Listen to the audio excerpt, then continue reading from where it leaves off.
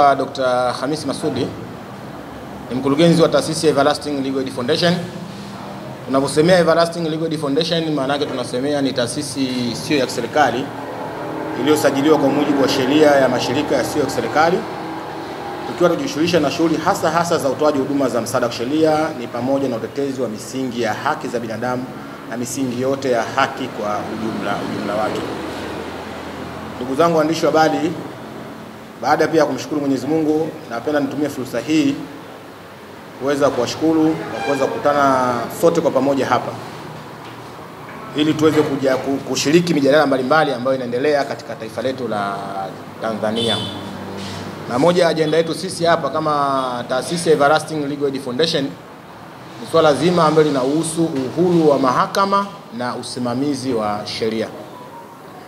Tunaposemea uhuru wa mahakama, tukirejea moja kwa moja kwa mujibu wa katiba yetu au katiba ya Jamhuri ya Muungano wa Tanzania kwenye 107A na B zimeeleza wazi kwamba chombo chenye mamlaka ya mwisho kabisa katika utoaji haki itakuwa ni mahakama, nacho ni chombo huru, yani hakipo katika mamlaka ya mtu yoyote, hakipo katika taasisi au mikono ya mtu yoyote. Na kama tunavyofahamu kwamba mihimili mikuu ya dola iko mitatu.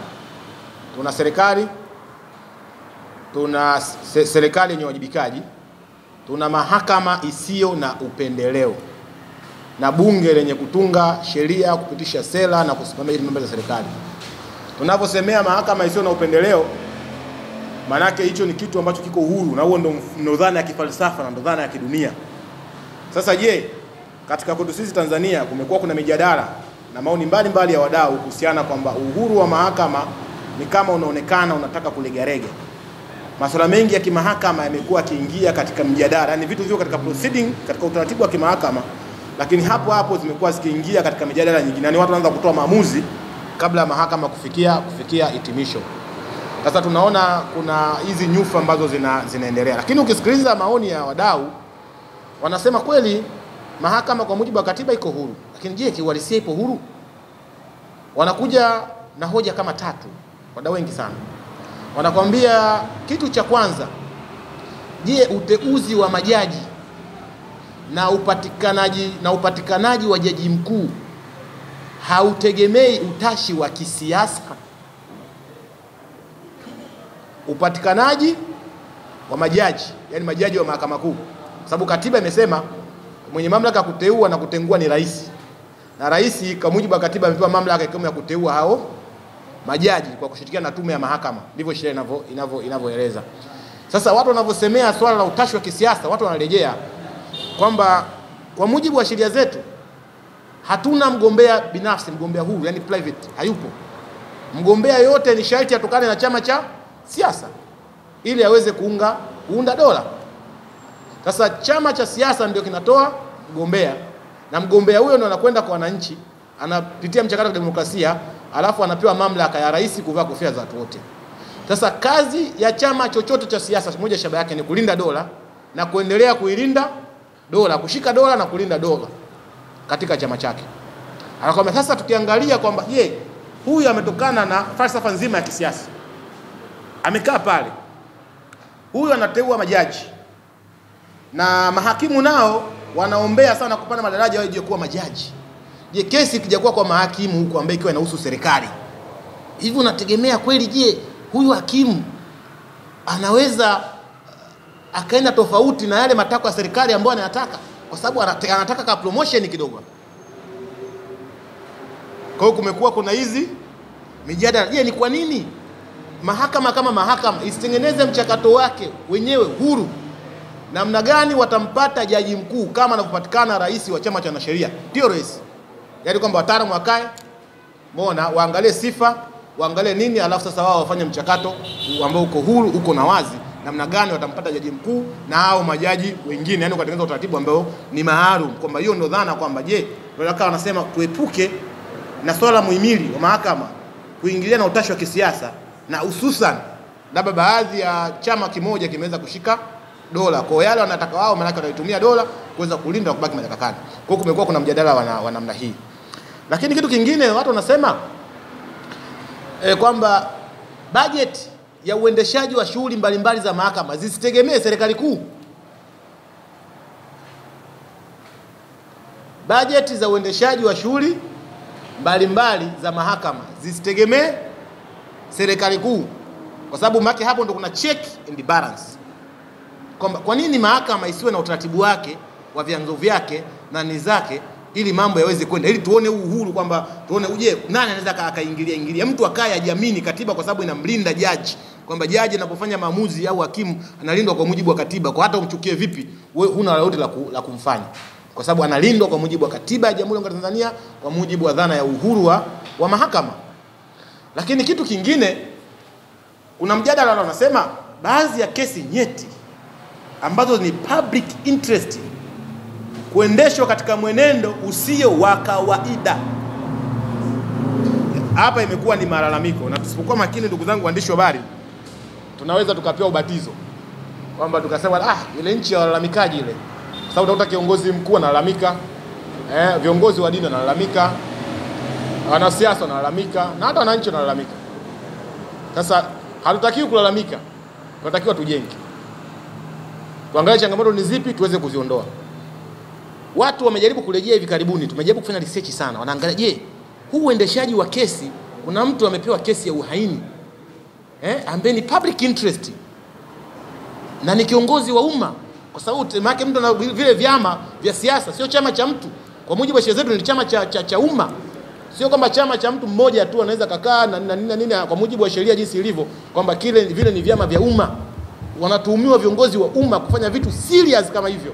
Watu wanataka jamii sema hivi vitu viwe wazi, viendeshwe kwa wazi, kwa sababu kama tunasema uhaini kwa mujibu wa tafsiri ya sheria, na jambo la uhaini maana huyu mtu ameukosea umma, labda anataka kufanya mapinduzi dhidi ya rais, anataka kuchochea amani kutoweka dhidi ya nchi. Je, anafanya peke yake?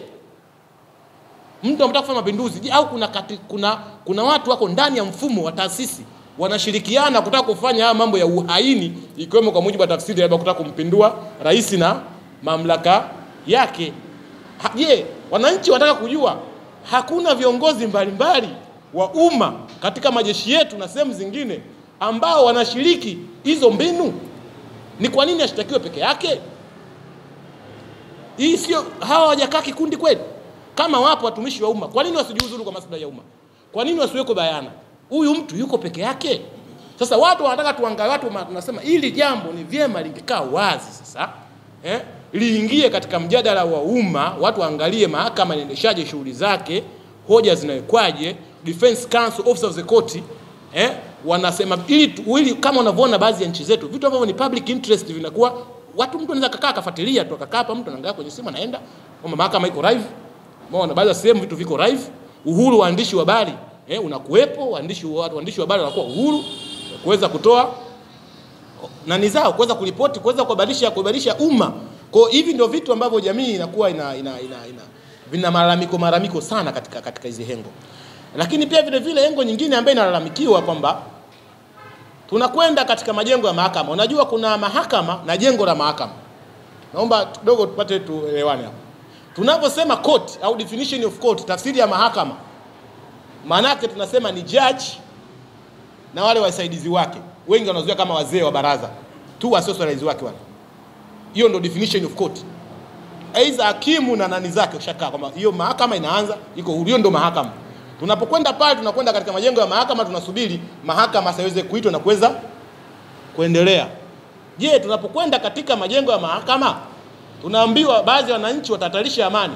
Hawa watawala ambao wanatawala yale maeneo, majengo, maana mahakama pamoja na yote yale majengo ya mahakama na utawala wake. Ndio maana tumeka kuna jaji mkuu, kuna watendaji wa mahakama, kuna nini, wale ni watu administrative, kuna msajili sio na nini, alafu ndio kuna hao wengine majaji na nani katika mambo mengine menendo ya kimahakama.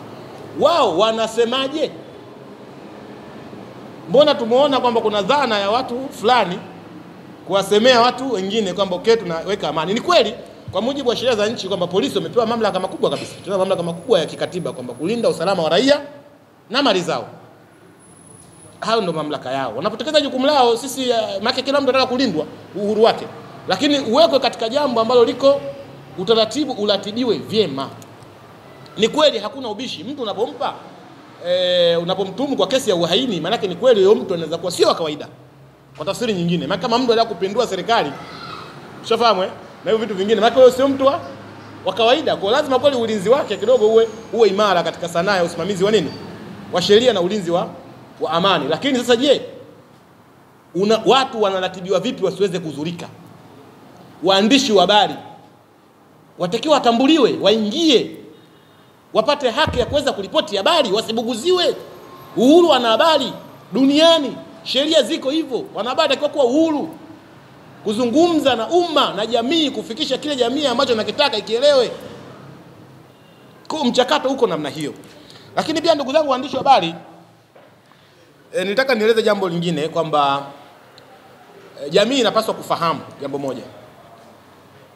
Katika dhana au sanaa ya usimamizi wa haki, usimamizi wa amani, na kuna ulinzi wa sheria, kuna vitu viwili. Katika dhana ya usimamizi wa amani hakuna ubishi. Kachero yoyote, yani detective huyo, askari kanzu, ofisa yoyote wa jeshi lolote, iwe polisi, iwe JWTZ, ambayo amekwenda mafunzo, unaposema nitatalisha amani, hataki kukuruhusu hata watu 5 kupiga mbele, kwa sababu ni lazima azuie kabla jambo kutokea. Lakini sheria inakutaka kwamba akifanya tukuchukue, tukukamate, tukushtaki. Sasa huyu jambo lake la kwanza anataka kuzuia kile kitu kisitokee, kwa sababu hayo ndo mafunzo yao. Kwamba mtu unapoona na viashiria vya kuvunja amani, chukua tu haraka sana. Hiyo ndo dhana ya usimamizi wa amani, ulinzi wa amani. Yani tahadhari kabla ya hatari. Kwa hiyo unaona kuna wengine wanaweza kukamatwa, kama unavyoona wengine wamesema wamekamatwa, wamezungushwa, lakini labda kosa limeweza kuwa limetokea, labda kama hawakufunguliwa jarada la uchunguzi au kuweza kufunguliwa kesi aina yote, kwamba sasa unanikamataje na unizungushaje na unaniachiaje, mimi ni mhalifu au vipi?